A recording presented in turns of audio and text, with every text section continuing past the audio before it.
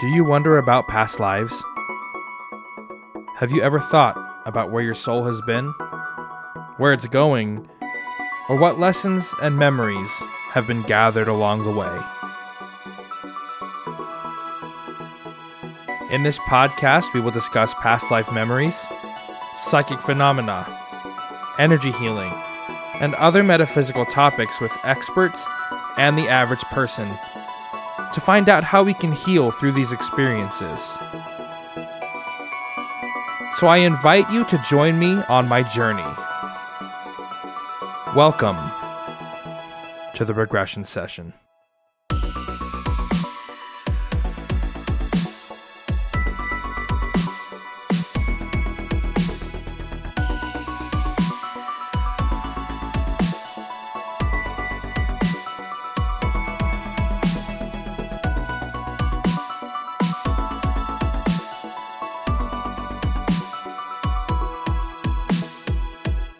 It's totally fine. When I do it, I look like I'm having a seizure. I twitch. It's weird.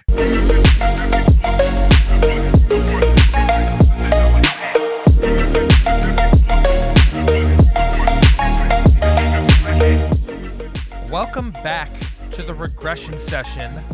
My name is Ian. Welcome to the Regression Session to any new people. Thanks for tuning in. We love you. I'm still going to stick to the bi-weekly upload schedule, but I did not want to upload an episode on Christmas Day for various reasons, and so that's why we're getting a episode a week early, and then we're going to start back up on January 1st. So the new year starting off strong. An announcement that I made at the end of last episode, but I'm going to start it strong here. We, as a community, as a podcast, have reached the top 10% of followed and shared podcasts globally, but only about 20% of my actual audience clicked follow in your podcast player. So please make sure to click follow so that you don't miss my bi-weekly, sometimes weekly, uploads. Don't forget to share the podcast around with everybody that you know in the entire world so that we can collectively raise the vibration of the planet. Now, a little bit of info about today's episode. I am speaking with Amanda Gibbs, who is a past life regressionist, a soul aspect healer, and a energy channel and channeler. And we start off the episode by talking about some very, we try to reel it in and talk about practical day-to-day stuff. We try to check ourselves. I think it's important to check yourself when you're doing spiritual all day, every day, right? So we need to come back to quote unquote reality. But then something unique happens, and Amanda and I decided to channel for each other, to you guys, basically. And we take turns doing that and then describing how it feels to actually trust that feeling.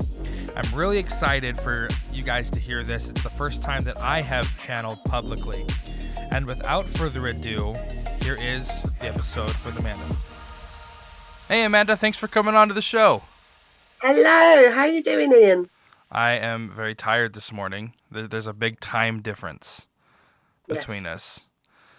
So, other than that, I'm excited to talk to you. And before we get into it, would you tell my audience a little bit about yourself, your background, whatever you're comfortable sharing, and kind of explain why I reached out to you, why we're talking. Yeah, sure. So I'm in the UK, as you've mentioned. We have a bit of a time difference between us, and I've always been in the UK. And I've always been on a spiritual quest to kind of find out more and more and more about the spiritual things. So I'm currently working as a past life regressionist. Before I came into that world, and I'll share with you and your listeners how I accidentally manifested that to happen, I was very much working in the area of colour therapy. Before that, it was all the divination kind of tools. I started to learn to read tarot when I was 17, but I was aware of energy at an even younger age. So I would say probably at around about the age of 12, I started to kind of sense energy in the house where I lived. I would start to see I realise now it was clairvoyant gifts coming in, but I would start to see relatives that had passed kind of in our house. Ooh, Um, and yeah, that was quite that's freaky because I was confusing like, as a oh, kid. yeah, very. And I didn't have anybody in the family that I could talk to about that because nobody in my family was spiritual, other than my grandma, who I only found that out after she passed, but she used to read tea leaves. So there was no one there to talk to about stuff. So was it people that you had known when they were alive that you were seeing, and what was that like? Were you seeing them and you were like, oh, it's grandma or Uncle Joe or whoever. They're right here, and your parents are like, stop it, they're dead, or like, what was that like? It was, well, the first time it happened, I saw my favourite auntie on my dad's side, and she was standing at our kitchen sink. And so I see it in my mind's eye, in my third eye. I don't see it as a visual apparition in Mm. front of me. And she was just standing at the sink, just chatting and washing up. And I said to Mum, I saw Auntie Lorraine at the sink in the kitchen. And she was like, they were quite used to me being a little bit woo woo. So they kind of humoured me, but also kind of they would joke around and say, "Oh, you're a witch," and things happened so many times that I'd consider Mum, this is going to happen or that's going to happen. That she knew there was something there with me. She knew that she couldn't completely dismiss it, but at the same time, they didn't understand it, and it was really alien for them. But she did try and embrace it. So when I was very, very young, I always had a really vivid imagination. And I realized now that I was just massively connected to my subconscious. And I used to love to write fantasy stories. And I wrote letters to a fairy that lived in our garden, a fairy called Jojo. And she wrote back to me. And this happened for quite a few years until the penny dropped. And I realized, hold on, this is my mum's handwriting. So obviously I challenged her about it. And I mentioned it to her, like, I was obviously devastated at the time that this fairy pen friend, that it was mum that was writing to me. And I said to her maybe like 8 years ago, how did that all come about with us, writing the letters and stuff? She said, well, you must have told me that there was a fairy in the garden. She goes, I wouldn't have just started writing letters to you from a fairy. Should I think that you came to me and said that there's a fairy in the garden and you wrote a letter to her? She said, so I embraced that and started writing back to you. So I obviously had that awareness at quite a young age. Well, that's kind of sweet though. Like you think, like at the time you're like, how could you betray me? But like on the other end of it, I've done things like that for my son where it's like I've indulged him on, you know, XYZ whatever. I don't have specific examples off the top of my head, but like I can see why she would want to do that to like make you have a magical childhood, right? It seems Yeah. to me it seems like that was something that she was trying to be sweet about.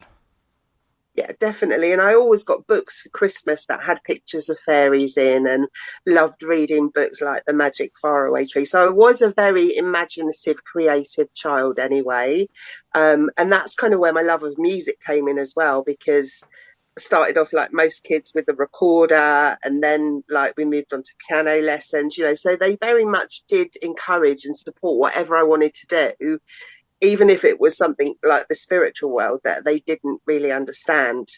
Kind of to the point where every week my dad would buy me this magazine that came out, and it was a spiritual magazine, I guess like the equivalent to like Spirit and Destiny now. And each week you got something in this kit. So it might be like 3 runestones and a couple of tarot cards. And kind of the idea was that you would keep buying this every week to build up all your tools.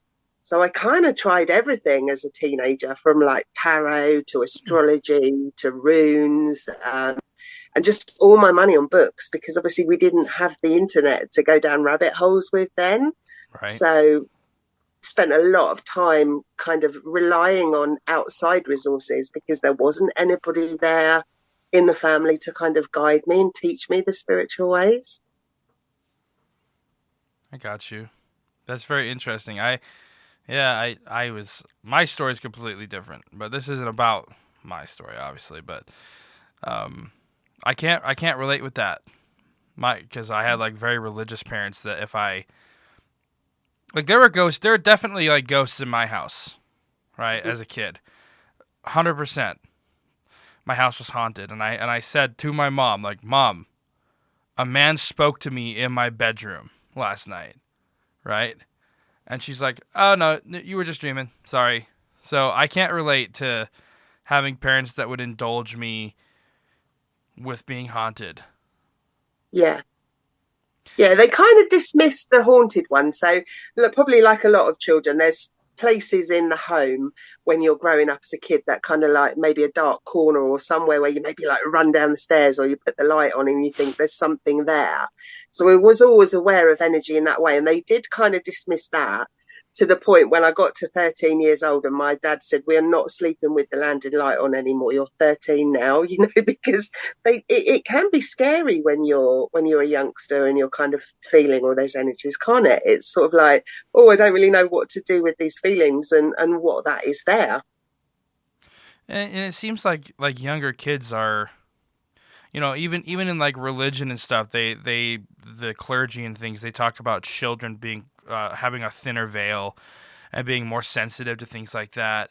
I don't look at it in like a purely religious context, but I definitely think that children are kind of more sensitive to those types of things because it's easier for them to accept that there's another aspect to reality because they're not conditioned. Yes, 100%. And so all this kind of culminated with you starting color therapy, right? So how'd that Yeah. happen? What is color therapy? Tell me about it. I would love for my audience to hear about it. I've never really talked about color therapy on my show. I talked a little bit about it with Chad Andrews, the Ascension Chamber guy, but he Mhm. didn't just exclusively do that. So tell me a little bit about it. Yeah, well, I hadn't heard of colour therapy myself until about 5 or 6 years ago.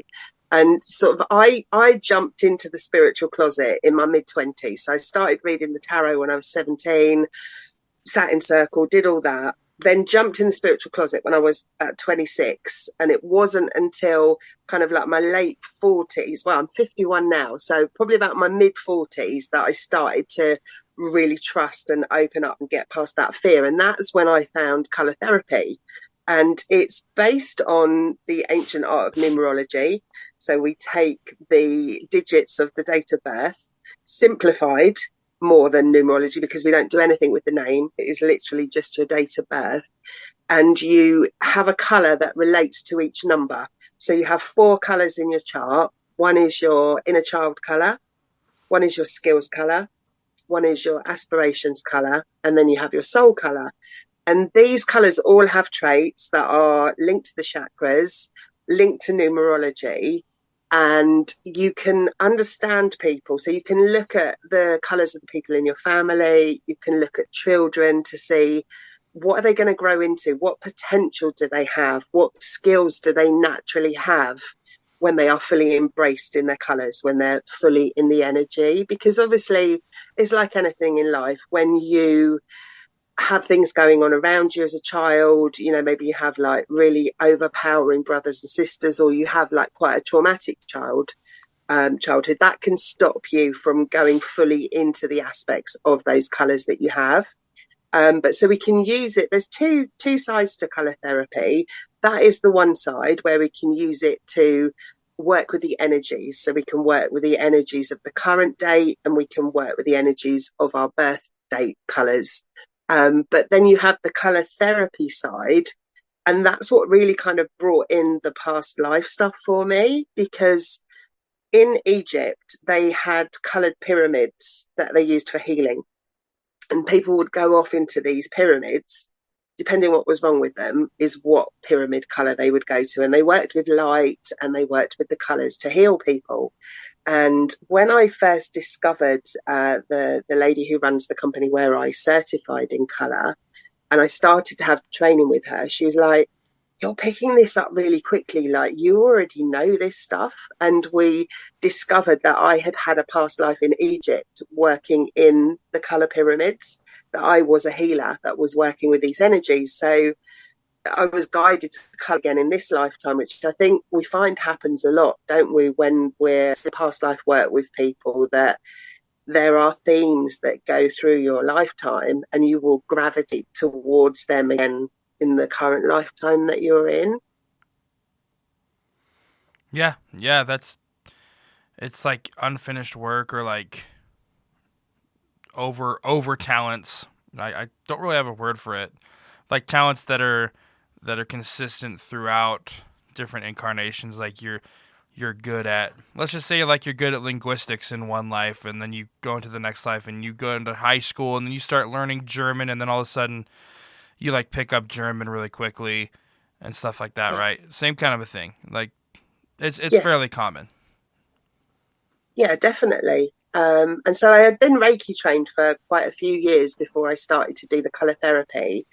And I discovered from one day, just accidentally, well, it's never accidental, is it? The universe wants us to go down a certain pathway and it gives us the signs. So I was giving a friend of mine distance Reiki, and I started to see a past life that we'd had together, and I started to see some trauma around a relationship. So we were brother and sister in this lifetime, and we knew that because we'd previously been meditating, and that insight had come in. And then the guy who was our father in that lifetime, he came in while I was healing her, and I could just feel in her body like what he had done. He'd really hurt her. And so my guide stepped in and showed me. I was just guided how to heal the past life area of that chakra, and to I basically, we sent him away between us. It's like, right, you can't come in and do this anymore. And it kind of went from there, starting to work with, because when you work with color, magenta is the color that is linked to our past lives and the Akashic records. So I was bringing a lot of magenta into my work, and I was working with platonic solids, the little sacred geometry shapes, which just to kind of ramp up my healing. And I started finding that I could do past life healing. And when I was sending the Reiki out, that I was able to tap into these past life images and remembrance for people. And so I was giving readings and giving healing. And then this is kind of where the manifesting comes in. I said to a friend of mine, this is really great that we can do this work. We can really, really help people. But I need to find someone who's trained in past life regression, because that's the next step for people, that they need to move on to that. And then I manifested somebody who taught me how to do it. So yeah, it's just mad the way that we can call these things in just by saying, I need this. I also did the same with, I was running development circles, and I wanted to manifest somebody who could come in, because I had limited experience in circle. I'd not sat in them much myself, and didn't really have that confidence at that point to kind of to control a circle, that to manage the energies that were coming in and to keep everybody safe. And so I manifested someone else who was also from my soul group, who taught me how to do all that. So yeah, I love a bit of manifesting. Don't we all? So my question would be, do you focus on past life healing, or and then kind of like dabble in regression, or do you focus on regression and then dabble in like intuitive Reiki past life healing kind of stuff? Well, I kind of let spirit lead me. So I'm my business is focused around helping people to heal from remembering the past. So we would normally start off, and I run various different programs depending on kind of what I feel is the current energy in the collective that people need help with. So it might be like my guides are saying to me, people really need to work on their inner child healing at the moment. So then I might run a program on inner child work, or it might be like lots of shadow stuff is coming up for people, and because we feel it in us, right? Whatever we're feeling that's going on for us is generally going on in the collective. So I always lead with the regression now. And we will look at, so I'm just finishing a program, Embrace Your Inner Witch. So we've worked with going into the regression of the lifetime where the people have been a witch. And then we've looked at building up the divination tools, so helping them to connect with their spirit guides, helping them so I guess I'm leading with the spiritual empowerment, really, and the regression and the color and all the other bits are like the tools in my toolbox. But then we normally finish up with the healing, which has now kind of upgraded itself to quantum healing, where my guides are channeling through, they're channeling light language. So I will sing, I will move my hands around, I will put my hands on certain parts of my body and channel the energy from whoever wants to come in, whether it's ascended masters or angels or deities, or my guides have a lovely little monk that comes in and works with the color, and the people will then give feedback. We normally do this on Zoom, and they will say, well, I was getting tingling in my feet, and I'm thinking, yeah, I had my foot on, like my hand on the base of my foot. So it seems to be that where my guides have got me to put my hands on my body, that there's telepathy and some healing coming in to the relevant part on the bodies of the clients, which is magical. So can I ask you kind of a hard question?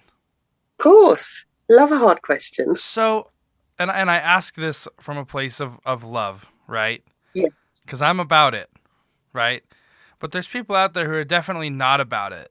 You know what I mean? yeah, yeah, So that sounds crazy, right? yes, It sounds yes. crazy. So what makes you think that you're not just like, making it all up, or like, I'll just leave it at that. What makes you think that you're not just making it all up, and you're having, and it's like confirmation bias where the person's like, "Oh yeah, I was totally feeling that." And you're like, "Yeah, yeah, we're definitely doing that." Like feeding it. So what makes you think that it's real versus just confirmation bias? Yeah, I think just years and years of learning to trust into my connection, because like I said, I was in the spiritual closet for so many years because of that, because I thought if I tell people what I'm experiencing, if I tell people what I'm feeling, what I'm seeing, they're going to think I'm crazy, they're going to lock me up, so that kind of that fear of judgment that I think a lot of spiritual people have, that does keep us small, that does keep us kind of in those places that the work I'm doing is bringing people out of. And I think really it's just kind of through getting to know my spirit team, to learning to work on my shadow self, so that I know that my ego is in check, so that I know that I'm coming from that place of working in the divine light and working in that purity of source and connection.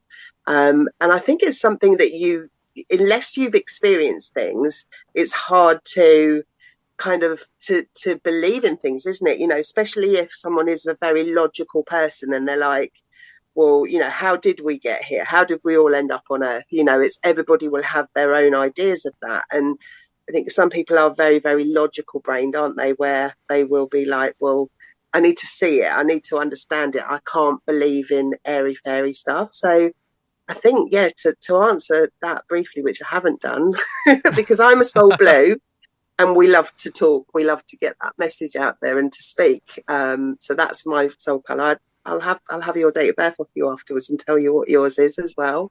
But that would be interesting. But yeah, I think just pure experience and learning to trust and to surrender, because until I was able to trust and surrender into my connection, I wasn't comfortable to do the work that I'm doing, because it scared me because of childhood experiences, I think. Yeah, and it's like that's a scary question, and some people, when I've asked it, have taken it the wrong way, right? And they're like, "Well, Yeah, if you don't believe me, then why'd you ask me onto your show?" And it's not about that. It's about like I believe that checking ourselves and coming back to like reality, or whatever is important. And a lot of people that yeah, listen to my show, when they're coming in, they're kind of just opening the door, right? And a lot of those people kind of need like a reality check. Like they want, like you said, a lot of people are very like they start out very fact based, like I did, and still kind of am. But like for me, I'll be like, hey, so I'm gonna channel your spirit guides real quick, and we're gonna have a conversation about things. But when you start to experience things that are hard to debunk, like for example, me saying something to someone that I have only met one time that they have never told me And then I'm like, hey, you need to stop doing this because it's detrimental to your health, right? Or Hmm. XYZ or whatever. And then come to find out, like, how did you know that? How did you know that I was doing XYZ? And I didn't, right? I just say things. And Yeah. so once you experience something like that, like, I definitely think you're right. I definitely appreciate your answer. Um, and it's kind of difficult to get into that mindset from a fact based um, mentality of I'm going to trust this random person online, right? I don't know where I was going with that. I just thought it was interesting. Yeah, and I think, like you say, there are a lot of people who are at the very start of their journey and they are, scared to go further with it because they think either they're going to be judged or people are going to think they're crazy or what we don't understand. It can be scary, can't it? It's a big world and it can be scary, the spiritual stuff. So, how did you like what I where I kind of want to steer the conversation now is like how did you get to the point where you can trust your intuition? Because it sounds like you're not just doing past life regression work; you're using intuitive healing, Hmm. right? So what's that like? How did you start to trust it? What are the feelings and sensations you get? Um, how can people start the journey of trusting their intuition? Because it's kind of a scary thing for a lot of people to start trusting it. Yeah, definitely. I think for me, it is learning to take yourself to that place of quiet, to take your mind out of the human element and into a place where you are able to access your subconscious. And that takes time. We meditate, we do all these things. For me, I think that the real turning point for me was to be able to sit in a development circle with somebody that I trusted that could hold space for me to explore that connection, and to allow those energies to come in more. Because a lot of us block years, and we're all healers, we're all intuitives, but we don't all feel comfortable or want to tap into that. So I think, yeah, if somebody who is wanting to start out to work with their intuition more and to work with healing gifts more, it's for me, I would say it's the breath, using your breath to still your mind, and just kind of taking away the distractions of being a human so that you are able to sit in alignment with yourself, because our minds are so powerful. The work that we can do in hypnosis, the work that we can do in regression, and the work that we can do with our manifesting, if we can understand how to quieten our human side enough so that we can tap into all that, it's really powerful stuff. And I love it. Yeah, it's about getting to know yourself first then. Yes, absolutely. Like not looking for external validation for things anymore. Yeah, exactly. And just to run everything that you're feeling through your internal truth system, that feeling that you just have inside where you might read something that somebody else has said, about something spiritual, and you might think, no, that doesn't resonate with me. I don't think that's how that happened. Using the example of how we kind of came to be on Earth. You might read something and somebody has a theory that it happened this way, and inside your intuition and your truth system inside you is saying, no, that I don't believe that's how it happened.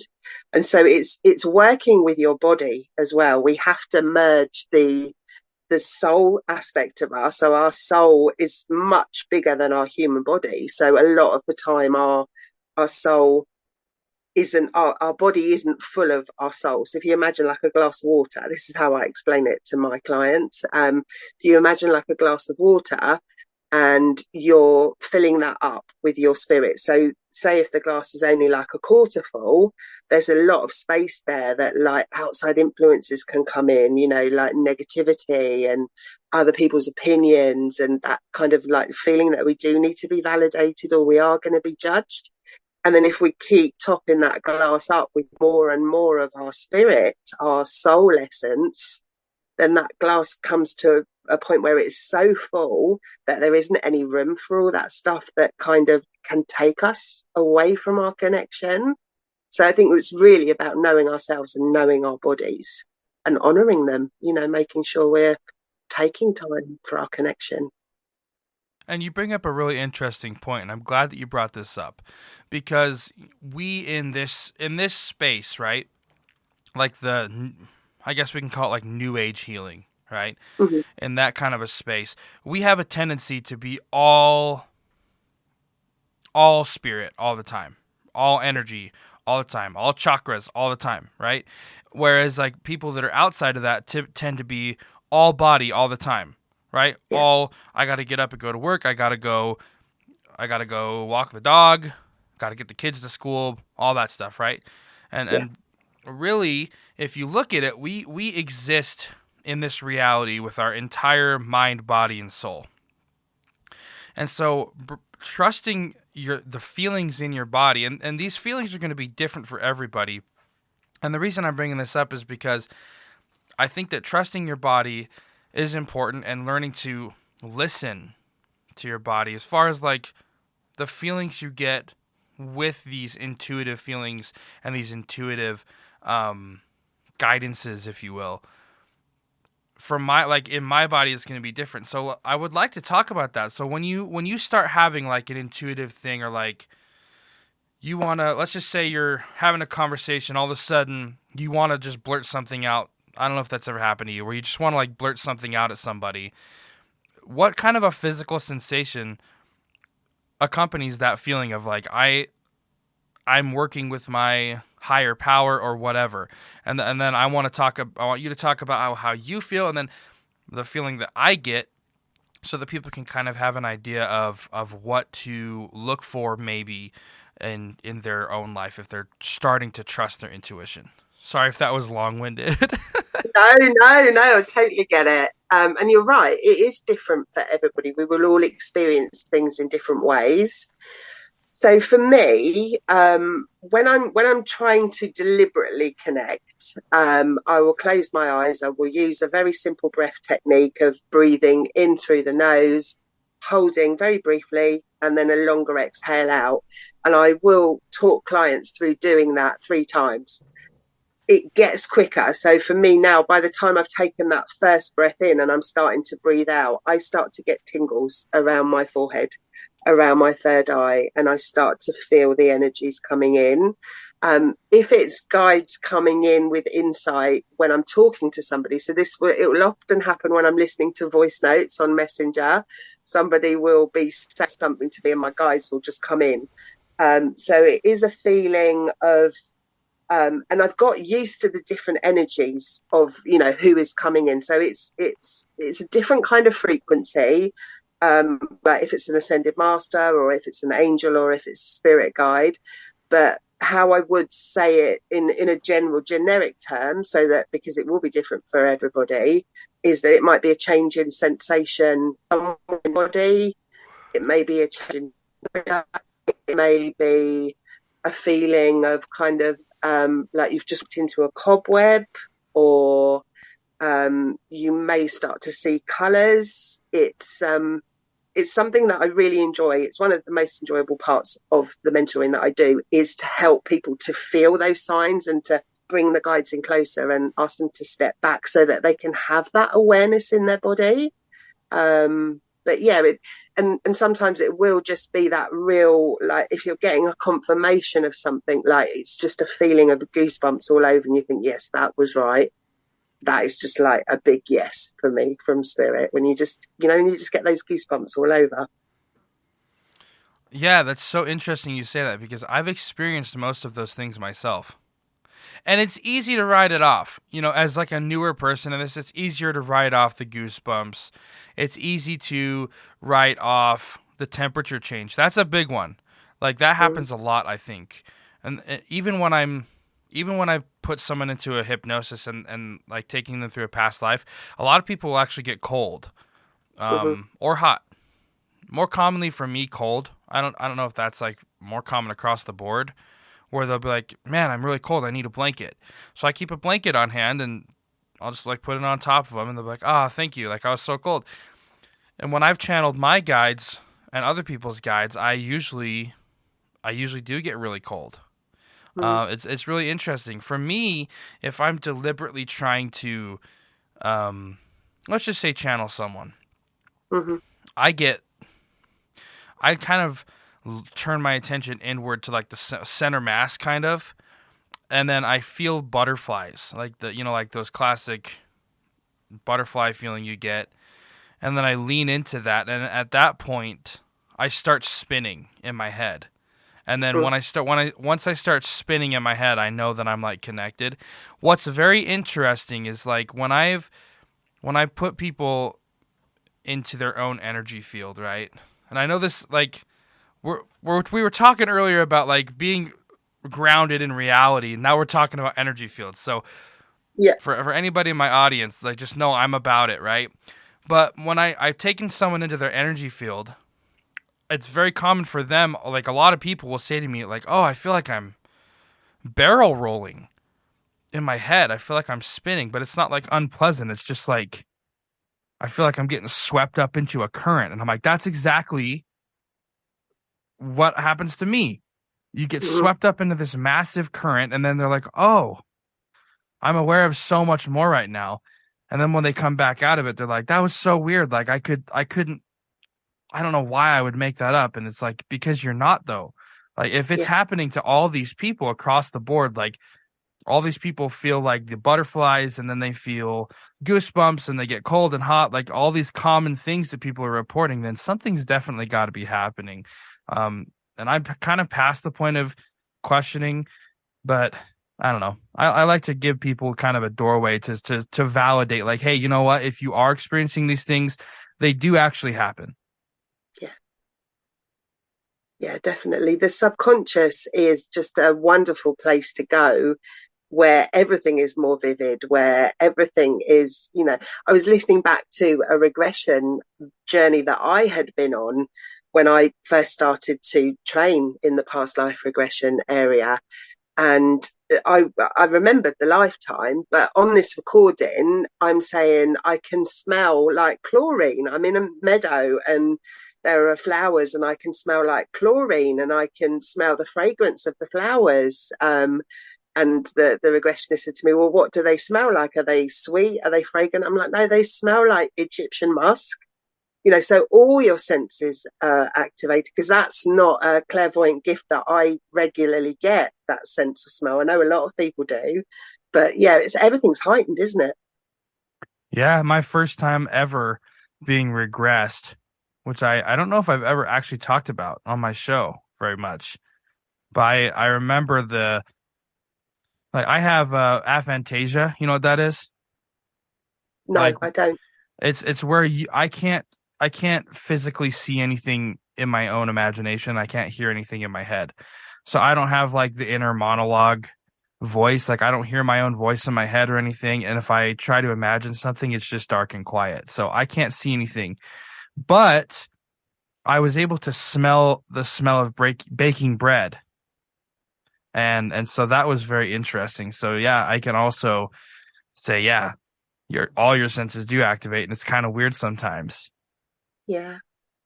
Well, you've taught me something new today, because I've experienced clients in regression that have that, where they have that really difficult, they don't have that ability very easily to be able to see things, but I wasn't aware that that was the term for it. So thank you. Yeah, yeah, it's aphantasia. And you know what's interesting is I have a lot of people that are up and coming regressionists, right, on the show. So my advice to you, because for whatever reason, I have had a lot of people that have come to me and been like, I didn't realize I had aphantasia until I listened to your show, Yeah. and when I've hypnotized people, they're like, oh, I have aphantasia after I've talked to them. And so if you find someone who has this, the best thing that you can do is, instead of saying like, oh, you're gonna see XYZ, you're gonna be, you need to say something like, you're gonna become aware somehow of XYZ. You're gonna start to feel something, you're going to start to, using the term like becoming aware of something, it will be a lot more open to them. That way they're not just going to be like, well, I can't see anything.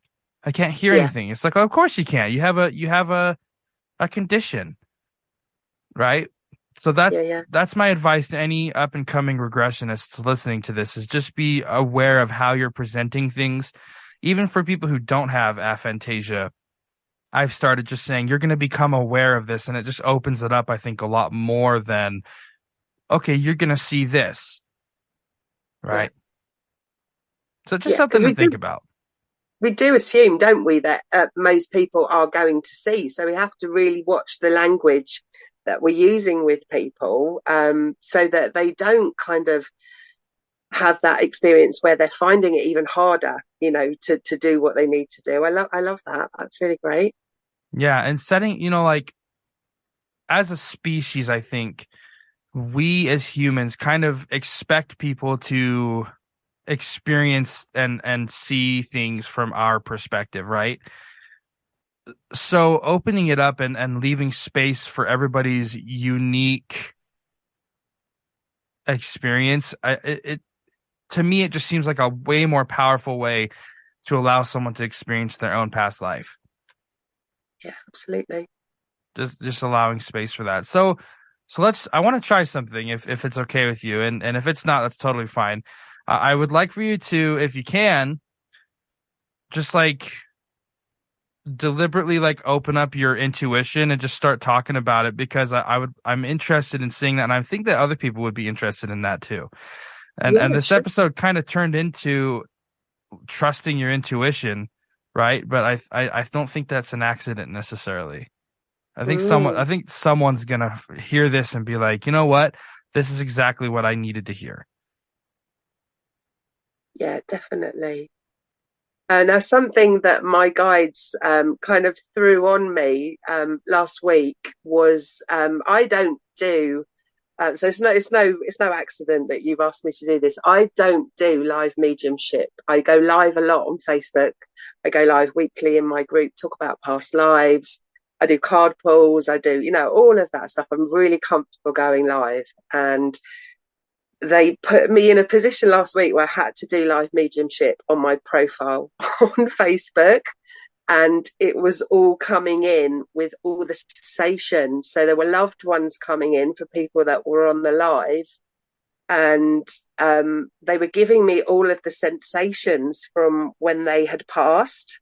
So yeah, I just love how the universe works with all these kind of synchronicities and stuff. So And so now I'm calling you out and saying, "Hey, it's time to do this." Maybe yeah, maybe they're telling you like this is something else you need to expand on. So if you want, yeah, you can, I guess, like set your targeting system to me and use me as a yeah. that's a dumb way to put it, but as like a test subject if you want to. Um Yeah, I'm just down to, for that. They and kind of they did tell me last week. They said this is how you're going to be working now. Put the cards away. You need, because I do it on Zoom with clients. I just don't do it in public on Facebook for my entire Facebook friends list to be able to see. So Yeah, no, I know. I also don't do that, and I also have been called out by multiple mediums saying, "Hey, you need to do this, so maybe you could do it to me, and then I'll do it to you, and that'll wrap up the episode." Yeah, yeah, I love that. Okay.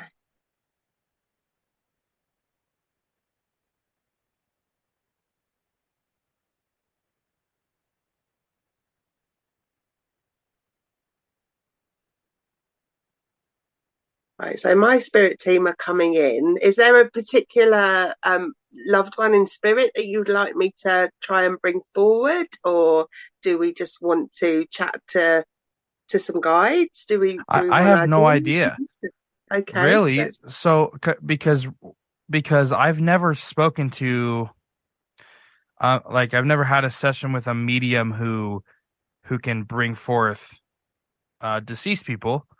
Really, Okay, my experience with mediumship has been like mostly guides, I think, giving yeah, advice, coming through, because that's what I do. I don't really bring in loved ones or anything like that. So I've never experienced that. So I'm sure that like if you have guides that are coming in, they Yeah. would know something that I would need to hear. You know what I mean? Yeah, I think they want to channel as a collective, they want to channel a message of encouragement to your listeners. To At the moment, the energies are really, really intense on this pit. We're going through a cycle. I haven't started channeling yet. This is just me kind of explaining that we're coming through a cycle of completion with the colours. So we're in a gold month at the moment at the end of the year. And next year we go into a violet year as a collective, which is all about the spiritual teacher and about that crown chakra. So there are going to be a lot of people stepping up their power with their connection, and also people stepping into their power who haven't done that before. So my guides are wanting to come in as a collective and channel a message of encouragement to people. Um, so bear with me. I'm just going to let them come in a little bit closer. I move a bit as well when I'm channeling. So if you No, see me it's waving my totally arms fine. around, It's totally fine. yeah, yeah. When I do it, I look like I'm having a seizure. I twitch. It's weird. Okay. So my I have a gatekeeper guide who is a Templar Knight, and he is my main guide. He's a protector, and we actually have a past life connection together, which he has showed me over time working together. And he's coming in with all of his armor on, and he's wanting to say to the collective, to your listeners, to anybody that's going to catch this podcast at any time in the future, that it is time to buckle up and to put your armor on, because you came here to make a difference in this world. And they want you to know that you are fully supported by your spirit teams around you, and that there is nothing to fear. That you may not remember why you have come here at this stage, but you are here to make a difference, and you are here to pursue the sole purpose that you applied to this lifetime. And they just want to give you lots of encouragement to say the energies are going to be raising, and that we need to look after the physical body to allow us to integrate these new energies. And they're saying that this is why it's important that you have asked the questions that you asked earlier, that people can understand these energies that are around them when they are coming in, and that they are having that awareness of the body. If we can keep the water glass filled up with as much spirit as we can, so that our body is full, then we won't be affected by the raising in the vibrations of the earth that are going to be coming in next year.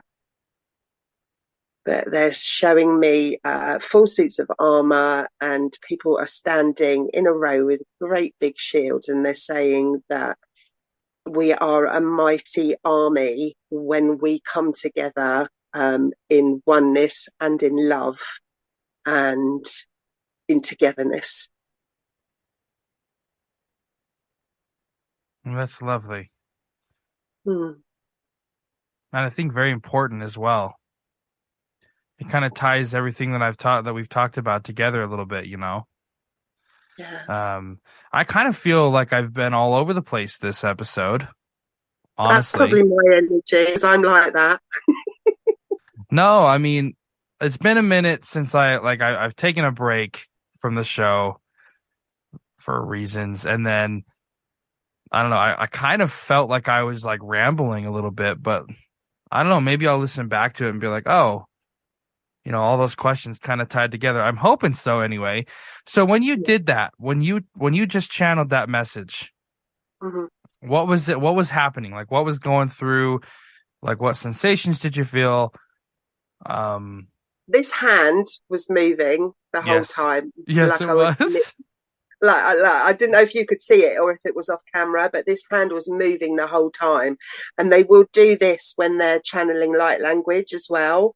So the light language sometimes comes from my voice, but often if the vibration, the frequency of the being that's trying to bring that in is too high for me, with my vocal range not being what it used to be, they will sometimes put it through as light codes through my hand.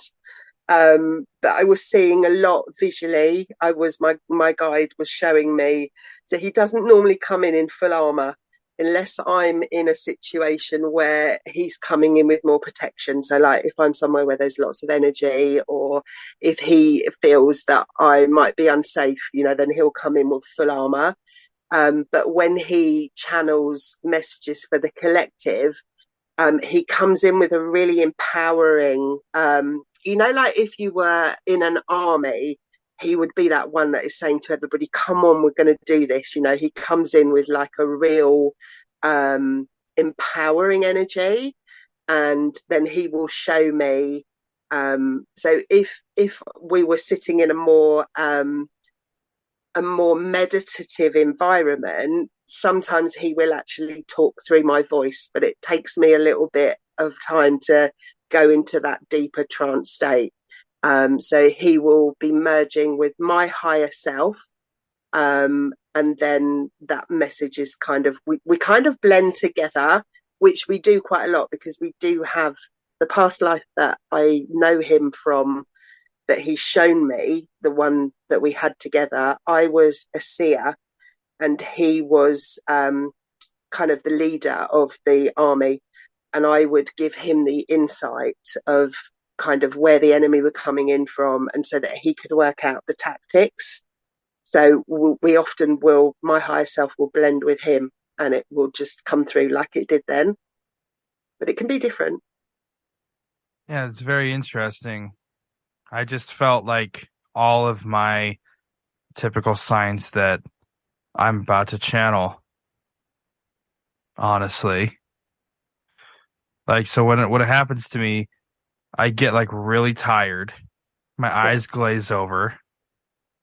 It's honestly happened to me right now. My voice gets lower. I don't know if my voice got lower, but I kind of might just let it happen. And it's like conscious me is like kind of embarrassed about it because I call myself the vessel and the oracle, and it's weird. And like conscious me doesn't really care for that. But yeah, it's pretty powerful.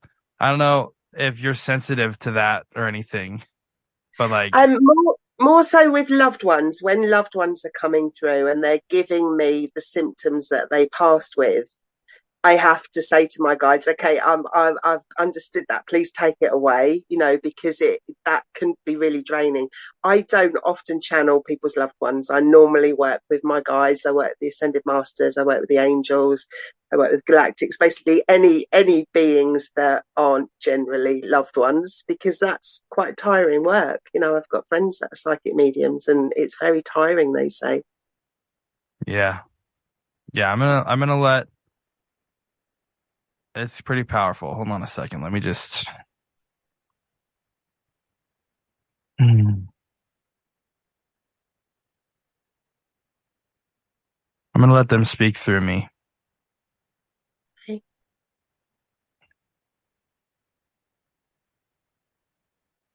We also have a message for the collective. As was stated earlier, taking care of your energetic bodies is extremely important in the upcoming year. However, taking care of your physical bodies will be just as important. The vibrational frequencies of the planet, as well as our bodies, are going to be changing and shifting. Taking in substances that will lower your vibration will only be detrimental to your spiritual well-being. Ensure that you adjust your dietary habits as well as your recreational habits. And yes, we are speaking about drugs and alcohol. Accordingly, if your goal is true spiritual growth, you must also pursue body perfection. This we say to you to encourage holistic growth versus sectional growth. And now we ask Amanda, are there any questions you would like to ask us? Um, just are you happy with the progress that the human race are making with transitioning towards 5D energy?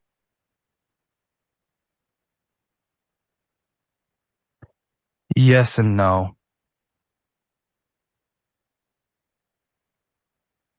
There's been quite a backslide recently towards the darker aspects of humanity's energetic code. But if we were to put it on a graph and look at humanity's spiritual growth over time, it would be an extreme vertical. So overall, yes, but it is necessary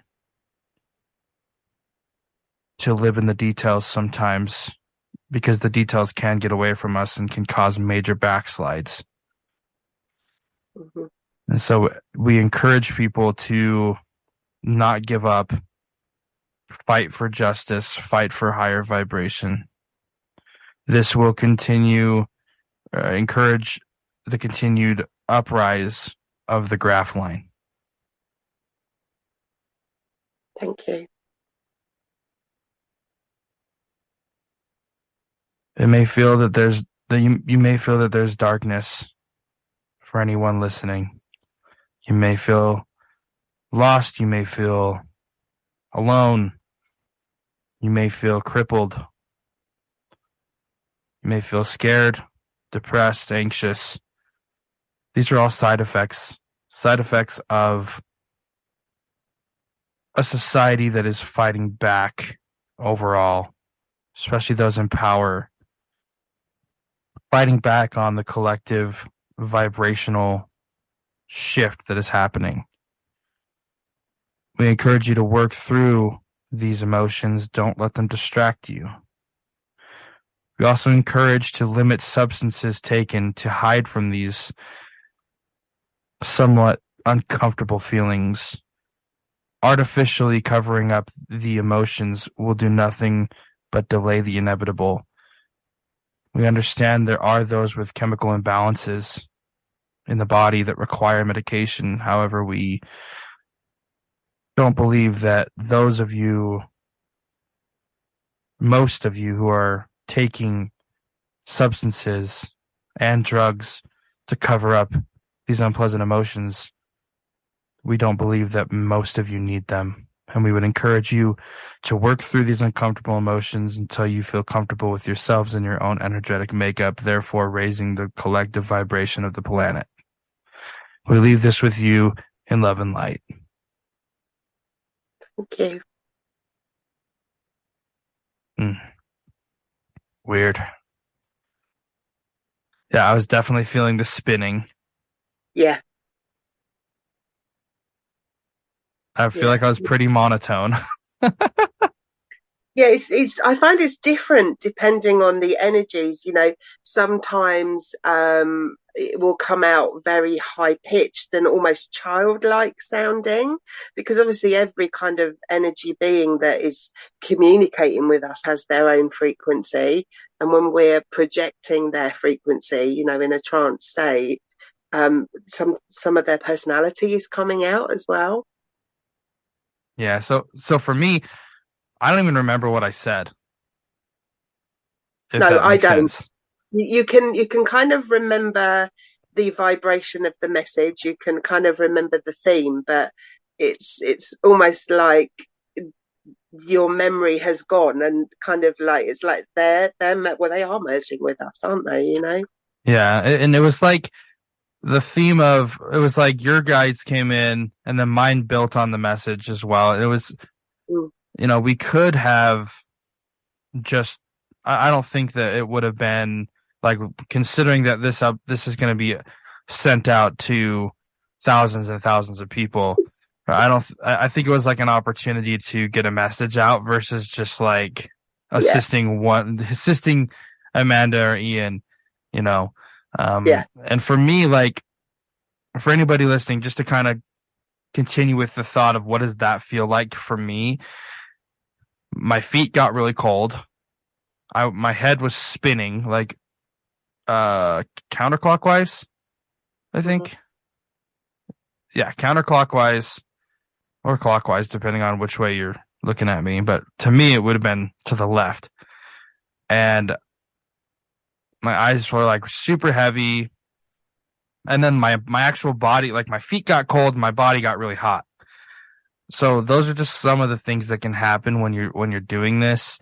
Um, for anybody who's just starting out on that journey, I don't know. That's just, that's it. It is what it is.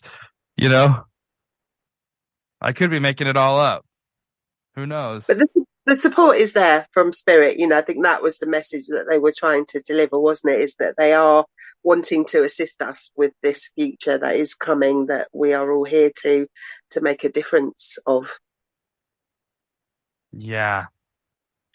And I think that, when you and I we were both talking in that state about like vibrational frequencies and things like that, right? I'm gonna have to do an episode about like what to do to raise your vibration, right?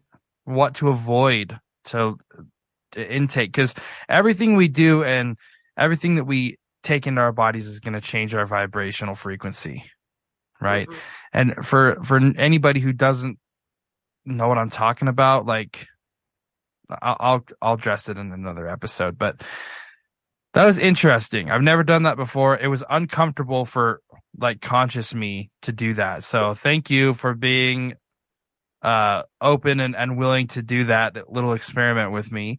Now, Amanda, we've been talking for a little while now, and I would love to have you plug your services, any social medias, any websites or organizations that you're a part of that you would like to put out into the world to have people reach out to you or whatever.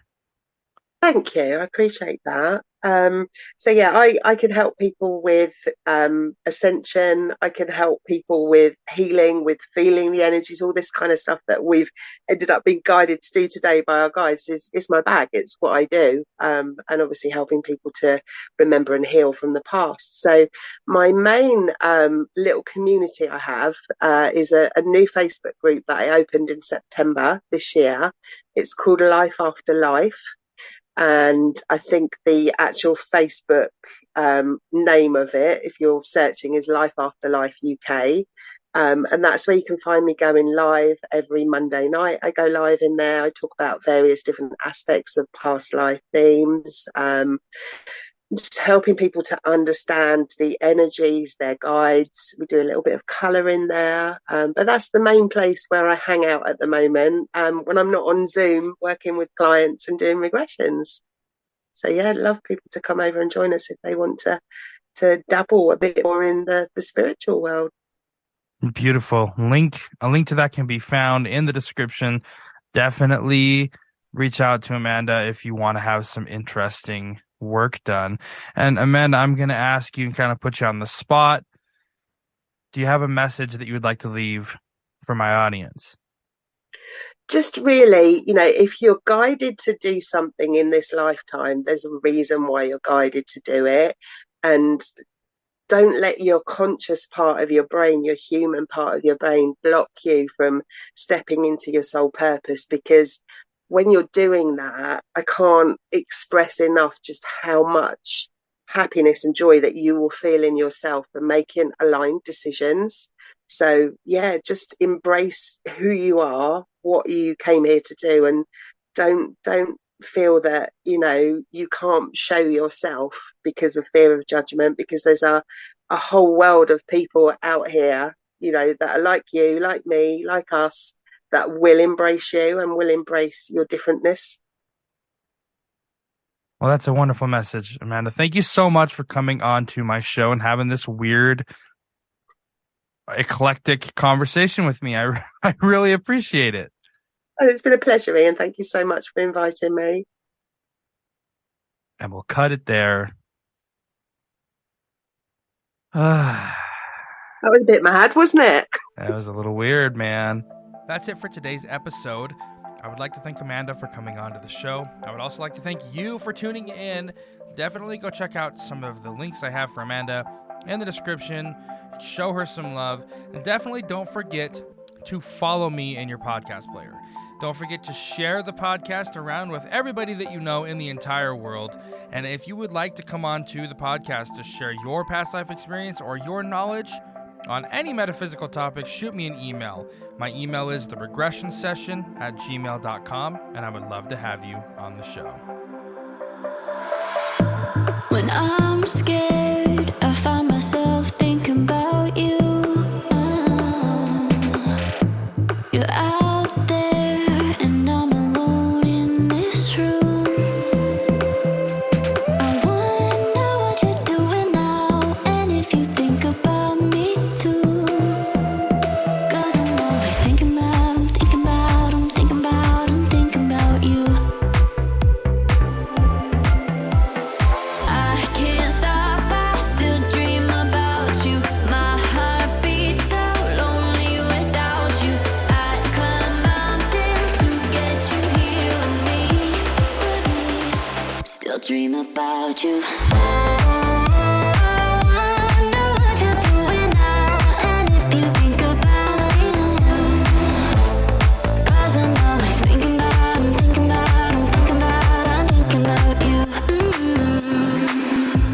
You're out there, and I'm alone in this room. I wonder what you're doing now, and if you think about me too. 'Cause I'm always thinking about Yeah, if you don't work it, you lose it, and that's what sucks. Yeah, same with spirituality though, isn't it, as well? You know, if you're not spending time with your connection and you're not working on your energy, then it's harder for us to connect and to hear the insight. Oh yeah, now getting started already, huh? All right. I'm just obsessed. Two things in life I'm obsessed with. One is music and singing, and the other is the spiritual world.